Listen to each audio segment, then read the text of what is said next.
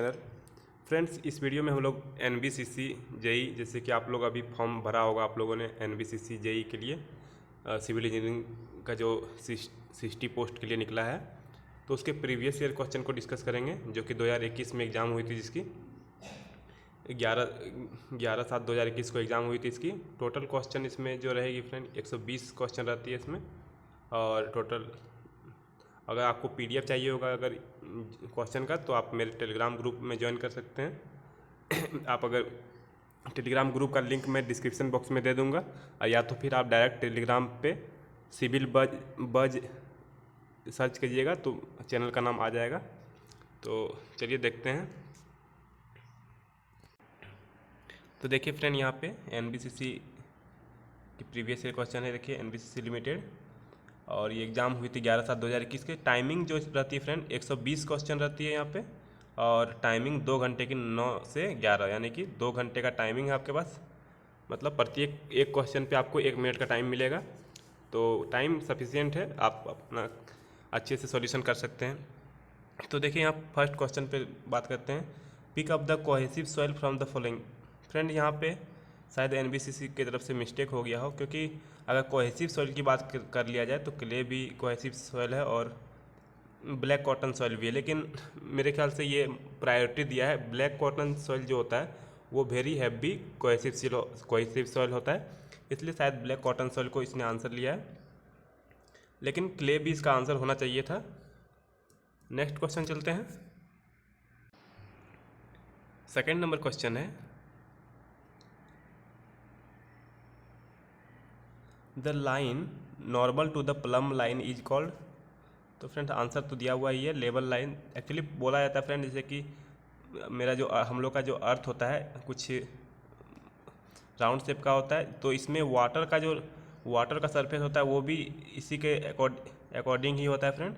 तो जहाँ से भी आप प्लम लाइन खींचिएगा तो वो लेवल लाइन के परपेंडिकुलर ही रहेगा। तो वही बोला गया फ्रेंड कि a line normal to the plumb line जो होगा, तो जो ये लाइन होगी वो परपेंडिकुलर होगी लेवल लाइन के। तो वही क्वेश्चन पूछा गया फ्रेंड कि line normal to the plumb line is known as, तो लेवल लाइन आंसर इसका राइट आंसर होगा। नेक्स्ट देखते हैं क्वेश्चन नंबर 3। बोला गया फ्रेंड, एलोवेल working stress corresponding to the slenderness ratio of double angle placed back to back and connected to one side of a gusset plate is reduce to. तो friend उसमें जो working stress होता है friend, working stress जो इस case में जो दिया गया है double angle place back to back, तो उसमें होता है फ्रेंड 0.8 इंटू वर्किंग स्ट्रेस, मतलब 0.8 रिड्यूस हो जाता है, रिड्यूस टू 0.8 मतलब कि 20% रिड्यूस हो जाता है, यानी कि 0.8 इंटू वर्किंग स्ट्रेस बचता है। तो वही पूछा गया कि कितने तक रिड्यूस हो जाता है। नेक्स्ट देखते हैं क्वेश्चन नंबर 4 है, due to attack of dry rot timber. तो जो ड्राई रॉट के कारण टिम्बर हमारा रिड्यूस टू पाउडर हो जाता है, तो राइट आंसर इसका ऑप्शन नंबर 3 है। फ्रेंड यहाँ पे क्वेश्चन पूछा गया है 5वां नंबर में, the Castigliano second theorem can be used to compute deflection. तो इसका आंसर होगा friend for any type of structure. Second theorem जो है वो किसी भी स्ट्रक्चर के लिए फॉलो करता है फ्रेंड। नेक्स्ट देखते हैं question number 6, rivet connecting flange angle to cover plate in a plate girder are subjected to. तो इसका राइट आंसर है फ्रेंड हॉरिजॉन्टल शियर ओनली है। क्वेश्चन नंबर 7 जो friend, cost of fitting and their fixing is specified for the following sanitary fitting. तो friend option number A है यहाँ पे, water closet इसके लिए भी होता है फ्रेंड, फ्लशिंग पाइप और लेबोरेटरी बेसिन सभी के लिए होता है फ्रेंड, इसलिए ऑल राइट आंसर होगा इसका। क्वेश्चन नंबर 8 पूछा गया है, स्लम टेस्ट जो कि वर्केबिलिटी को टेस्ट करते हैं, वर्केबिलिटी ऑफ कंक्रीट को, इज डन फॉर किसके लिए किया जाता है। तो ऑब्वियसली स्लम टेस्ट जो होता है वर्केबिलिटी ऑफ कंक्रीट कैलकुलेट करने के लिए किया जाता है, तो राइट आंसर इसका हो जाएगा concrete. Question number 9, the most suitable method for drainage of fine grand cohesive soil is. तो फाइन ग्रेन्ड कोहेसिव सॉइल के लिए फ्रेंड जो सबसे सुटेबल मेथड है वो है electro osmosis method. Question number 10, the maximum area of tension reinforcement in beam shall not exceed. तो friends बोला जाता है कि 4% होता है बीम के केस में, और अगर कॉलम के केस में मैक्सिमम पूछा जाए तो 6% होता है। तो 4% को आप जब पॉइंट में लिखिएगा तो 0.04 होता है। तो ये राइट आंसर हो जाएगा option number D, 0.04। Question number 11, the minimum number of main steel bar provided in RCC. तो बोला गया है रेक्टेंगुलर कॉलम के लिए 4 होता है, बिल्कुल सही बात है। सर्कुलर कॉलम के लिए 6 होता है मिनिमम, और ऑक्टागोनल कॉलम के लिए 8 होता है। तो राइट आंसर हो जाएगा all of the above. Question number 12 बोला गया है, in the displacement method of structural analysis the basic unknowns are. तो डिस्प्लेसमेंट मेथड में बेसिक अननोन जो होता है फ्रेंड डिस्प्लेसमेंट होता है। तो राइट आंसर हो जाएगा ऑप्शन नंबर ए। अगर बोलता फोर्स मेथड तो वो हो जाता फोर्स, उसका आंसर हो जाता। क्वेश्चन नंबर 13 देखते हैं, when some chemical is mixed with water dash is form. कोई भी केमिकल मिलाया जाता है तो क्या फॉर्म होता है? तो फ्लॉक फॉर्मेशन होता है फ्रेंड। तो राइट आंसर हो जाएगा option number C. Question number 14, the maximum safe speed on road depends on the. तो टाइप ऑफ रोड सरफेस, बिल्कुल सही बात है। टाइप ऑफ कर्व और साइट डिस्टेंस सभी पे डिपेंड करता है फ्रेंड। तो ऑल ऑफ द अबव हो जाएगा right answer. Question number 15, the slenderness ratio for masonry wall should not be more than. तो फ्रेंड्स यहाँ पे आंसर दिया गया है 20, लेकिन ये गलत है फ्रेंड। इसका राइट आंसर जो होना चाहिए वो 30 होना चाहिए, क्योंकि मेसनरी वॉल के केस में 2 तरह के मेसनरी वॉल हो सकते हैं, या तो लोड बियरिंग और या फिर नॉन लोड बियरिंग वॉल। एक तो लोड बियरिंग हो जाएंगे, एक नॉन लोड बियरिंग वॉल हो जाएंगे। तो लोड बियरिंग के केस में 27 होता है फ्रेंड, और नॉन लोड बियरिंग के केस में 30 होता है। तो मैक्सिमम इसमें से कौन सा होगा? 30। तो अगर कुछ स्पेसिफाई नहीं किया गया क्वेश्चन पे तो 30 होना चाहिए था राइट आंसर। तो इसका राइट आंसर होगा 30 फ्रेंड, लेकिन एनबीसीसी ने 20 को करेक्ट लिया है। नेक्स्ट देखते हैं question number 16, which of the below leads to disturbance of nitrogen fixation. तो राइट आंसर होगा friend option number B, fertiliser. Excess use of fertiliser leads to disturbance of nitrogen fixation. इसमें friend होता क्या है कि अगर आप ज़्यादा मात्रा में फर्टिलाइजर का यूज करेंगे तो वो प्लांट लाइफ के माइक्रोबियल प्लांट लाइफ को डिस्ट्रॉय करता है, और जो कि नाइट्रोजन फिक्सेशन को डिस्टर्ब करता है। नेक्स्ट देखते हैं question number 17, in highway construction rolling start from. बोला गया कि हाईवे कंस्ट्रक्शन में जो रोलिंग करते हैं फ्रेंड, जो सड़क बनाने के लिए रोलिंग करते हैं, तो वो किस टाइप से करते हैं? जैसे मान लीजिए ये रोड है, ये उसका सेंटर है और ये साइड है। तो रोलिंग करते हैं फ्रेंड, साइड से प्रोसीड करते हैं, साइड से प्रोसीड करते यहाँ सेंटर तक जाते हैं, और फिर इधर से भी वही साइड से करते सेंटर तक जाते हैं। तो राइट आंसर हो जाएगा side and proceed to centre. इसमें दो के साथ है फ्रेंड। अगर मान लिया जाए कहीं पे सेंटर ना हो, केवल एक साइड डाउन हो एक साइड अप हो, तो from lower end to higher end भी करते हैं फ्रेंड। लेकिन यहाँ पे जो राइट आंसर होगा मोस्ट अप्रोप्रिएट, तो फर्स्ट नंबर का आंसर हो जाएगा। क्वेश्चन नंबर 18 पूछा गया है, design of RCC simply supported beam carrying UDL is based on the resultant bending moment at.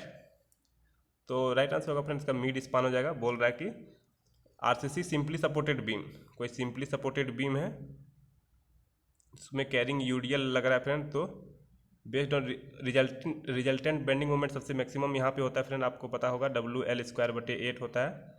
तो मैक्सिमम में जहाँ पे मैक्सिमम होता है उसी के लिए हमको डिजाइन करना पड़ेगा। तो मिड स्पान पे मैक्सिमम होता है। तो राइट आंसर हो जाएगा option number D.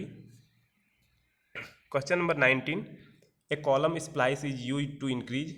Friend column splice जब हमारा रेनफोर्समेंट छोटा पड़ने लगता है तो दोनों को उसके लेंथ ऑफ कॉलम को बढ़ाने के लिए क्या जाता है, कोई भी कॉलम का अगर और हाइट बढ़ाना हो तो स्प्लाइसिंग किया जाता है। तो लेंथ ऑफ कॉलम को बढ़ाने के लिए क्या जाता है। Question number 20, group index method of design flexible pavement is. तो राइट आंसर फ्रेंड जो ग्रुप इंडेक्स मेथड है वो एम्पिरिकल मेथड है based on physical property of subgrade. इसमें फिजिकल प्रॉपर्टीज के मतलब एम्पिरिकल मेथड है जो कि physical property of soil subgrade के बेस पे काम करता है। इसमें थिकनेस ऑफ पेवमेंट जो लिया जाता है फ्रेंड, थिकनेस को उसके थिकनेस जो डिसाइड होता है वो ग्रुप इंडेक्स के वैल्यू से डिसाइड होता है। इसका ग्रुप इंडेक्स कभी कभी निकालने का भी फॉर्म दे दिया जाता है फ्रेंड। तो इसका ग्रुप इंडेक्स निकालने का फॉर्मूला होता है GI is equal to group index is equal to, simple है फ्रेंड, याद करने की भी जरूरत नहीं, 0.2 बस आपको याद रखना है, 0.2 A लिखना है, फिर 0.2 AC लिखना है और बाय 40 कर देना है इसमें, और प्लस 0.2 BD लिखना है और बाय 20 कर देना है। यहाँ पे 40 करना है, यहाँ पे 20 करना है। जो फाइनल जो इसका फॉर्मूला है वो बन के निकल के आ जाएगा यहाँ से। आप इसे नोट करके आप देखिए कि आ रहा है कि नहीं, जो मेन फार्मूला है वो आ जाएगा। इसमें कई बार पूछ लिया जाता है फ्रेंड कि मैक्सिमम ग्रुप इंडेक्स का वैल्यू कितना हो सकता है, तो मैक्सिमम 20 हो सकता है ग्रुप इंडेक्स का वैल्यू। इसमें कभी कभी ये भी पूछ लिया जाता है कि अगर 0 से 1 है तो मेरा ग्रुप इंडेक्स वैल्यू 0 से 1 है तो उसका सॉइल का प्रॉपर्टी कैसा होगा, तो वो गुड सॉइल माना जाता है, गुड माना जाता है। 1-2 से अगर 4 हो तो फेयर सॉइल माना जाता है, और अगर 5 से 9 हो तो उसको पुअर सॉइल माना जाता है, और अगर 10 से 20 हो तो वेरी पुअर माना जाता है। तो कैसे भी नोट कर लीजिएगा फ्रेंड, कई बार पूछ लिया जाता है एग्जाम में। Question number 21, separation of course aggregate from mortar during transportation is known as. तो फ्रेंड कोर्स एग्रीगेट के सेपरेशन को सेग्रीगेशन बोलते हैं, तो राइट आंसर ऑप्शन नंबर 3 हो जाएगा। Question number 22, the slump test of concrete use to measure its. तो friend actually slump test को वर्केबिलिटी मेजर करने के लिए करते हैं, और वर्केबिलिटी कभी कभी कंसिस्टेंसी भी कहलाता है, तो राइट आंसर हो जाएगा option number A. Question number 23, the constant vertical distance between two adjacent contour is called. तो वर्टिकल डिस्टेंस बोला है फ्रेंड, तो कंटूर इंटरवल हो जाएगा। अगर यहीं पे दो कंटूर के बीच के हॉरिजॉन्टल डिस्टेंस को पूछा जाता तो उसका होता है हॉरिजॉन्टल इक्विवेलेंट हो जाएगा उसका राइट आंसर, लेकिन यहाँ पे कंटूर इंटरवल हो जाएगा राइट आंसर इसका। Question number 24, for reinforced concrete the aggregate used is. तो सभी इसमें से यूज किया जाता है फ्रेंड, सैंड, ग्रेबल और क्रस्ट रॉक भी, तो right answer all of the above होगा। Question number 25, fluid is a substance which offer no resistance to change of. तो इसका राइट आंसर होगा फ्रेंड शेप। जब फ्लूइड कभी भी अपने शेप में रेसिस्टेंस प्रोवाइड नहीं करता, आप उसको जिस भी बर्तन पे रखिएगा वो उसका आकार ले लेगा। अगर आप इसमें रखिएगा तो आकार ऐसा कुछ ले लेगा, आप उसको कुछ ऐसे में रखिएगा तो उसका आकार ले लेगा। तो ये नो रेसिस्टेंस प्रोवाइड करता है, शेप को नो रेसिस्टेंस प्रोवाइड करता है। Question number 26, the percentage of water for making a cement paste of normal consistency varied from. तो इसका राइट आंसर होगा फ्रेंड 25 से 30%, 25 से 35%, सॉरी। नेक्स्ट जो है question number 27, which of the following is the purest form of iron. Friend ये बहुत बार question पूछा गया है, इसे तो आप मिस्टेक कभी मत कीजिएगा। रॉट आयरन इसको याद कर ही लीजिए एकदम, बहुत एग्जाम में क्वेश्चन आते हैं ये सीधे। The rate of an item of work depend on specification of work, specification of material और प्रोपोर्शन ऑफ मोटर लिख दिया फ्रेंड, मोर्टार होगा यहाँ पे, तो इसका ऑल ऑफ द अबव हो जाएगा answer. Question number 29, hot wire anemometer is use to measure. जो हॉट वायर एनेमोमीटर है फ्रेंड वो गैस की वेलोसिटी को मेजर करने के लिए किया जाता है use. Question number 30, in a mortar the binding material is. तो कोई भी मोटार पे बाइंडिंग मटेरियल प्राय सीमेंट होता है friend. Question number 31, the concrete work for the following part of the building of specified thickness is measured in square metre. Square metre में कौन सा मेजर किया जाता है फ्रेंड, तो यहाँ पे देखिए root slab, actually roof slab होना चाहिए था, फ्लोर, वॉल पैनल्स, तो इसमें से सभी राइट आंसर हो जाएंगे friend, all of the above. Question number 32, Bernoulli's equation deal with the law of conservation of. इसका राइट आंसर होगा फ्रेंड एनर्जी। जो बर्नौलीज ने अपने इक्वेशन दिया था वो कंजर्वेशन ऑफ एनर्जी पे बेस्ड था। और अगर यहीं पे पूछ लिया जाए फ्रेंड कंटिन्यूटी इक्वेशन जो पूछ लिया जाए तो वो हो जाएगा कंजर्वेशन ऑफ मास। तो दोनों याद रखना है फ्रेंड आपको। Question number 33, the full width of land acquired before finalising a highway alignment is known as. इसका राइट आंसर हो जाएगा friend right of way.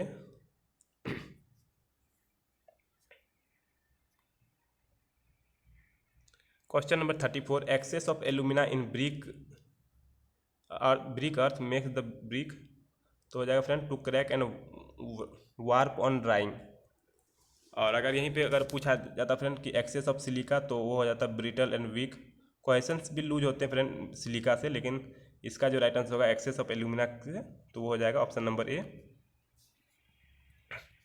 Stocks, stock is the unit of, पूछा गया stock is the unit of, तो friend actually centimetre square पर second को ही stock बोलते हैं, जो कि काइनेमेटिक विस्कोसिटी का सीजीएस यूनिट में इसका यूनिट है। तो यहाँ पे देखिए राइट आंसर हो जाएगा option number 2, kinematic viscosity in CGS unit. Question number 36, the three moment equation is applicable only when, तो थ्री मोमेंट इक्वेशन तभी लगते हैं फ्रेंड जब there is no discontinuity such as hinges with the span, क्योंकि friend अगर discontinuity या फिर कोई भी इंटरनल हिंज या फिर हिंज आ जाते हैं बीच में, तो जो M/EI का जो इक्वेशन बनना होता है फ्रेंड वो डिस्टर्ब हो जाता है, तो इसलिए कोई भी डिसकंटिन्यूटी नहीं आना चाहिए।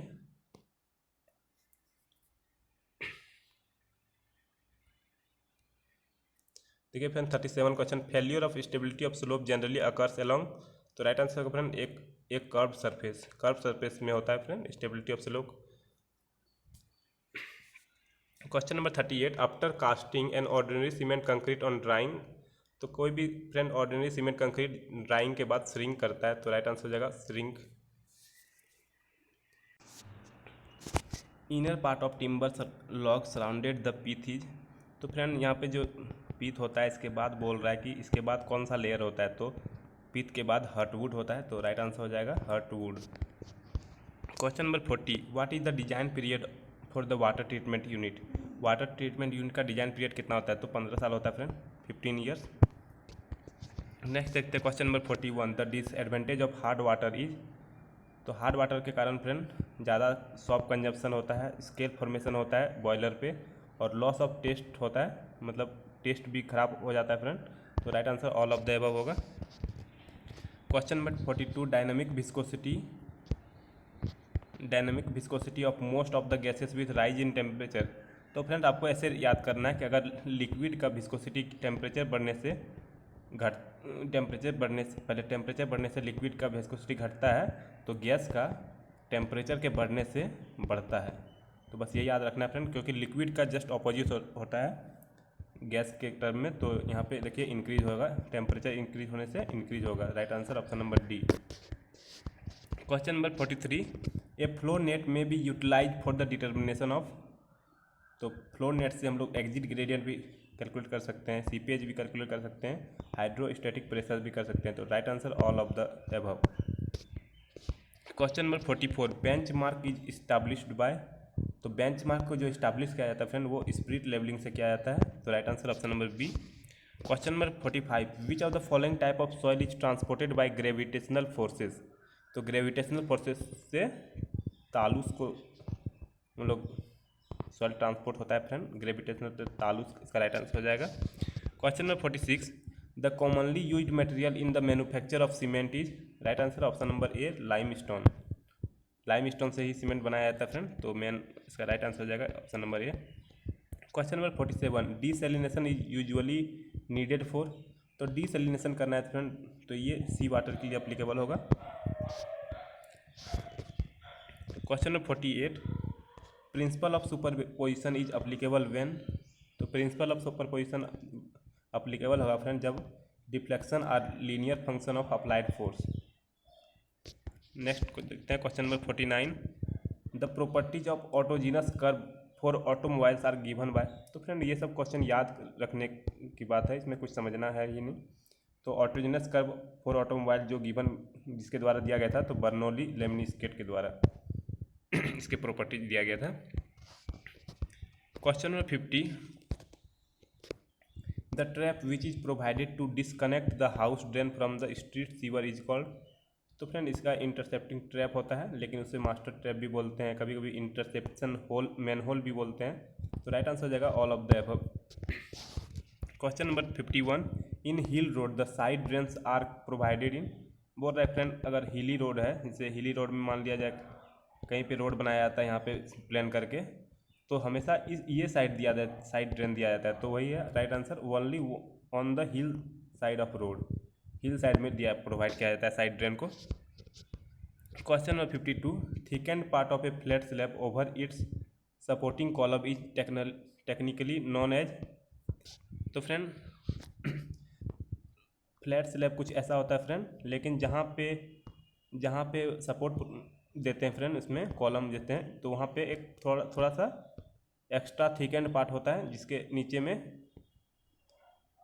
नीचे में कुछ ऐसा करके बनाया जाता है। देखिए ये, तो ये ऐसा बनाया जाता है। तो इस पार्ट को बोला जाता है कि क्या बोलते हैं फ्रेंड, तो इस पार्ट को ड्रॉप पैनल बोलते हैं, और ये पूरा पोर्शन को बोलते हैं कैपिटल। तो इसका जो राइट आंसर हो जाएगा thickened part of flat slab. ये फ्लैट स्लैब का थिकेंड पार्ट है, यहाँ पे इस जगह पे थिकेंड पार्ट है, तो इसको ड्रॉप पैनल बोलते हैं। नेक्स्ट देखते हैं question number 53, the effective length of battened column is increase by. Right answer हो जाएगा फ्रेंड 10% से इंक्रीज हो जाता है। Question number 54, flexible pavement distribute the wheel load. Flexible pavement जो होता है फ्रेंड वो through a set of layer to subgrade, layer to layer transfer करता है फ्रेंड, तो उसका राइट आंसर हो जाएगा option number C. Question number 55, detailed plotting is generally done by. तो देखिए फ्रेंड यहाँ पे प्लान टेबल में जितने भी मेथड है उसमें पूछा गया कि डिटेल प्लॉटिंग किस में होता है, तो वो होता है रेडिएशन मेथड में। क्यों होता है, देखिए रेडिएशन मेथड कैसा होता है, प्लान टेबल में आप अपना जो चार्ट पेपर रखते हैं उसमें जब बनाते हैं, तो यहाँ से पहले जितने भी स्टेशंस हैं यहाँ पे सभी को यहीं से इंटरसेक्ट करते हैं, और जितने जो स्केल मापा है और वहाँ पे डिस्टेंस मेजर करके उस स्केल में कन्वर्ट करके सबको मार्किंग कर देते हैं, और इसको मैच करके फिर मिला लेते हैं। तो इसमें डिटेल प्लॉटिंग होता है, जितने भी उसके अंदर आते हैं सभी की डिटेल प्लॉटिंग होता है, तो इसका राइट आंसर इसलिए रेडिएशन हो जाएगा। Question number 56, brick wall are measured in square metre if the thickness of wall is. तो बोल रहा है फ्रेंड ब्रिक वर्क जो ब्रिक वॉल है वो कब मीटर स्क्वायर में मेजर होगा, जब थिकनेस का कितना होना चाहिए, तो 10 सेंटीमीटर होना चाहिए फ्रेंड। तो right answer option number D. Question number 57, which air pollution control device has maximum efficiency. तो राइट आंसर हो जाएगा friend option number B, electrostatic precipitator. Friend इसमें कुछ समझाने लायक चीज़ नहीं है, ये सबको आपको याद ही रखना पड़ेगा, क्योंकि ये डायरेक्ट क्वेश्चन पूछे जाते हैं और आपको इसको याद रखना है बस कि मैक्सिमम इफिशियंसी किसका होता है। देखिए क्वेश्चन नंबर 58 में देखिए, for rapid curing cutback the oil used is. तो फ्रेंड यहाँ पे देखिए इसका राइट आंसर हो जाएगा गैसोलीन। अगर गैसोलीन नहीं रहता, अगर पेट्रोलियम भी रहता तो वो भी हो जाता। आपको रैपिड क्यूरिंग के लिए नेप्था या फिर गैसोलीन या फिर पेट्रोलियम तीनों ले सकते हैं फ्रेंड। अगर यहीं पे आपको यहाँ पे बात कर लिया जाता मीडियम के लिए किरोसिन का यूज करते फ्रेंड, और हैवी डीजल का भी यूज करते मीडियम के लिए। और अगर लो के लिए पूछा जाता है लो क्यूरिंग कटबैक के लिए, तो हाई बॉइलिंग पॉइंट गैस का यूज करते हैं ऑयल के रूप में, मतलब इसमें फ्यूल के रूप में एक तरह से बोला जाए तो। नेक्स्ट देखते हैं question number 59, on a diagonal scale it is possible to read up to. तो फ्रेंड डायगोनल स्केल में 3 डायमेंशन को रीड कर लिया जाता है, तो राइट आंसर ऑप्शन नंबर सी।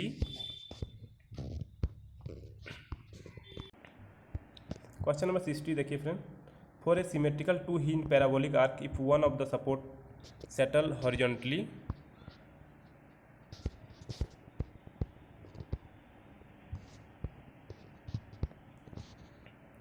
तो सेटल जब हो जाएगा फ्रेंड हॉरिजॉन्टली, तो बोल रहा है कि थ्रस्ट कब पे क्या इफेक्ट पड़ेगा। तो देखिए फ्रेंड ऐसा कुछ होता है, 2 हिंज पैराबोला, यहाँ पे हिंज होता है यहाँ पे, तो बोल रहा है कि ये सेटल कर जाएगा हॉरिजॉन्टली, इधर आ जाएगा, तो इसमें थ्रस्ट जो होगा फ्रेंड रिलीफ हो जाएगा। तो रिलीफ हो जाने से उसमें क्या हो जाएगा, उसका थ्रस्ट डिक्रीज कर जाएगा, तो राइट आंसर हो जाएगा इज डिक्रीज। नेक्स्ट क्वेश्चन देखते हैं question number 61, the fix support in a real beam becomes in the conjugate beam.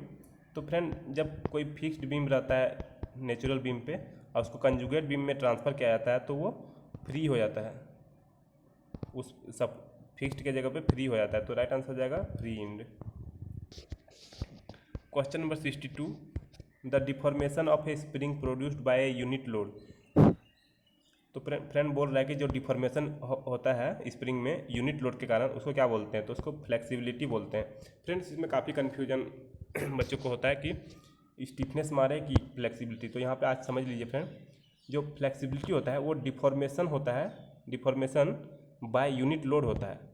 और अगर स्टिफनेस का बात किया जाए तो वो होता है फोर्स, वैसा फोर्स जो यूनिट डिफ्लेक्शन प्रोवाइड, मतलब यूनिट डिफ्लेक्शन प्रोड्यूस करे इन ए स्प्रिंग। तो जब फोर्स पूछा जाए और यूनिट डिफॉर्मेशन बोला जाए, तो जब फोर्स दिया जाए और बोला जाए कि यूनिट डिफ्लेक्शन प्रोवाइड करता है तो वो हो जाएगा स्टिफनेस। और अगर पूछा जाए कि यूनिट लोड से जो डिफॉर्मेशन क्रिएट होता है वो उससे क्या बोलते हैं, तो फ्लेक्सिबिलिटी बोलते हैं। तो deformation of a spring produced by unit load is called flexibility. I think आपको ये क्लियर हो गया होगा फ्रेंड। नेक्स्ट देखते हैं question number 63, the detention period in A septic tank is assumed. तो फ्रेंड देखिए यहाँ पे इसका आंसर तो लिया गया है 30 मिनट, लेकिन सेप्टिक टैंक का एक्चुअली जो होता है फ्रेंड डिटेंशन टाइम जो होता है वो 24 to 36 या फिर मतलब ले सकते हैं आप यहाँ पे 48 आवर तक ले सकते हैं, 24 से 48 आवर तक। ऐसा मैंने तो 24 से 48 आवर तक पढ़ा है, लेकिन यहाँ पे आंसर इन्होंने लिया है 30 मिनट, क्योंकि ऑप्शन में भी नहीं है तो कुछ तो इसमें कुछ करना ही पड़ेगा। तो आप 30 मिनट ऐसे याद करने में बोलूँगा नहीं, लेकिन NVCC ने इसका आंसर जो लिया है वो 30 मिनट लिया है। नेक्स्ट चलते हैं question number 64, the most commonly use retarder in cement is.